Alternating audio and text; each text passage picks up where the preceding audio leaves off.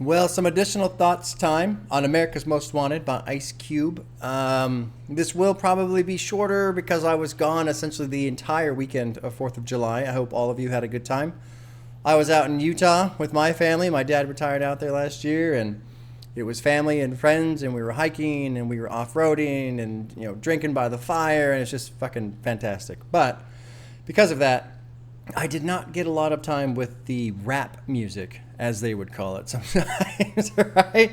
Not a lot of rap music over the weekend. But I did get a couple additional listens of this album after the reaction, and I listened to it this morning on the way to work and on the way home as well.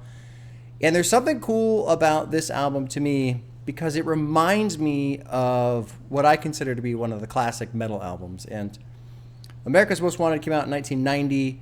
The album that I'm thinking of by Sepultura, called Beneath the Remains, came out in 89. And what's cool about these two albums to me and why they remind me of each other is Beneath the Remains, in my opinion, great metal album. And when you put it on, you listen to it, you can hear kind of the older style recording quality. You can tell it's not as complicated or as layered as some of the modern metal songs that are out there or albums. And I mean, maybe you could almost call it simple, although I don't think that's fair. A little bit, but we'll say straightforward, a little bit more straightforward than some of the other stuff that exists. But the album is just fucking good. It is rock solid from top to bottom, and there's something about you put it on and you just let it go. And you enjoy it. And I feel like America's Most Wanted fits in that same realm where, yeah, you can listen to it and maybe you can tell, okay, this was made a while ago, just in terms of maybe some of the lingo, maybe some of the production, the rhyming schemes and styles. But it's just fucking solid from beginning to end. And that's what I really like about it. And I do feel like, just in my own mind, and I'm not trying to say that these two are, I don't know, parallel to each other, but in my own mind, I feel like this is kind of like hip hop's version of Beneath the Remains.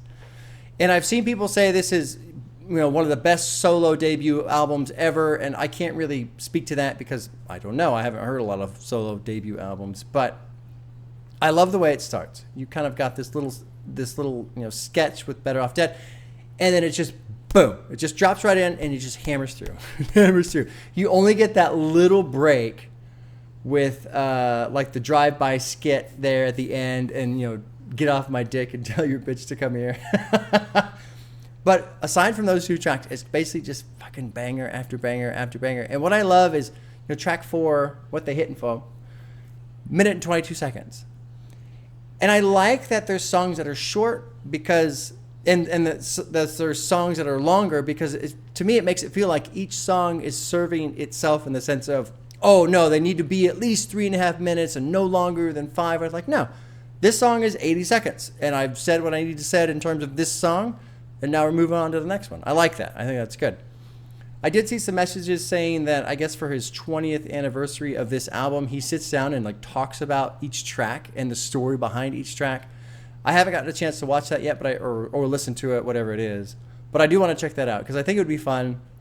That's something that's very cool about this album to me is that they are more than just songs. There's these little lessons kind of woven in there. There's these stories woven in there.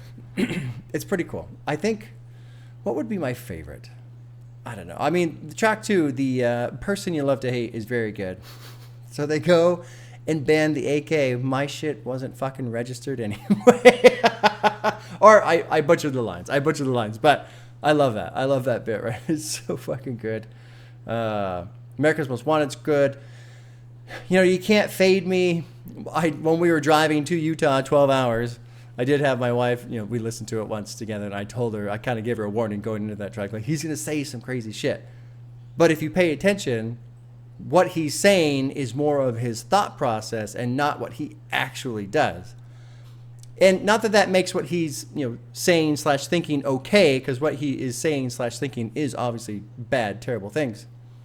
But I said in the reaction, there's a difference between thinking something and actually doing the thing that's bad. And I think specifically in the reaction I was talking about, our immediate reactions to things versus what we would actually do 24 hours later after kind of processing and making a responsible decision rather than just reacting, you know. And so while there's some stuff in here that's, you know, I think people would say problematic, it is interesting how Ice Cube presents it, because there are a lot of things that if you're not really paying attention, it sounds like this is what he did or what he's saying, but really there's a lot of things where it's more of his thought process with the scenario that he's in. So that's kind of interesting. And I like that. And you know, It's a Man's World with Yo-Yo on there and stuff, and they're going back and forth. That's an interesting track too, because while I feel like the back and forth between them isn't necessarily the best in terms of like a floor for a debate, I think the fact that he brought her in for the two of them to go back and forth and for it to essentially be presented as a level playing field and no one really wins, but they both kind of, you know, it almost ends like a draw in a sense. I think for 1990, that's probably pretty good, you know, pretty good. And to look back on it now and see, okay, yeah, things have definitely changed. And in terms of Yo-Yo, I don't think I've ever heard of her before. I don't know how big she ever became or if she ever became big at all.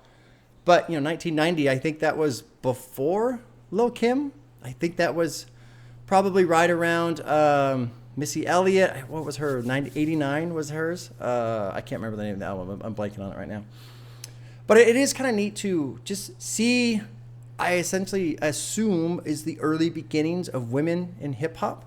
And so for Ice Cube to have things that are, you know, definitely misogynist and egotistical and downright awful sometimes, to have him also, you know, essentially bring a woman in and let's go toe to toe on one of these tracks and have it so that, yeah, you don't necessarily lose and I don't necessarily win, but it's just back and forth.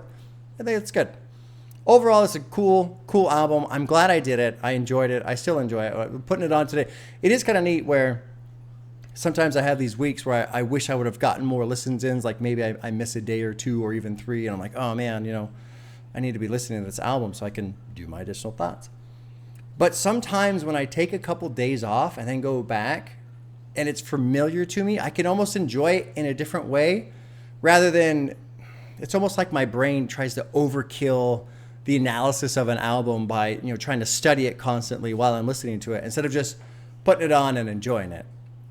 And I think that experience is kind of what brings me back to the Sepultura album I'm talking about with Beneath the Remains of, I don't listen to that one a lot, but every now and then I just get this itch and I put that one on and it's fucking perfect. It's just perfect. And there are a lot of comments that I saw where people were talking about this is, you know, just one of their favorite classic hip hop albums. And I can totally get that feel from this album. It's just, it fits that one itch that you need to have scratched, you know? So good times. Let's see. I think that's it. Did I say my favorite track? I don't remember. I really don't remember. Honestly, I don't necessarily have a track that necessarily stands out more than the other. I really did enjoy the music video for Who's the Mac. I like that it's the same character through the four verses. I think that was pretty cool. But overall, I mean, I kind of like all the songs relatively the same, honestly. I mean, track 2 is great. Track 3 is great too. What They Hitting For, I like that it's just, you know, about this dice game that kind of went awry. Oh, man. It's a good ride. Good ride. Anyway, Friday, I will do the Pink Tape by Lil Uzi Vert. I've been getting bombarded with requests. Everyone's telling me, Bobby, let's do it. Bobby, okay, I hear you. I don't think anything else is coming out on Friday, so I'll check out Pink Tape. It is a little long. I've been seeing mixed opinions, which does make me curious, but there are people saying that it's basically a metal album. There's a cover of Chop Suey on there. Cool. All right, I'll check it out. Why not? And I guess that's it. So yeah, we will see you guys on Friday. Take care.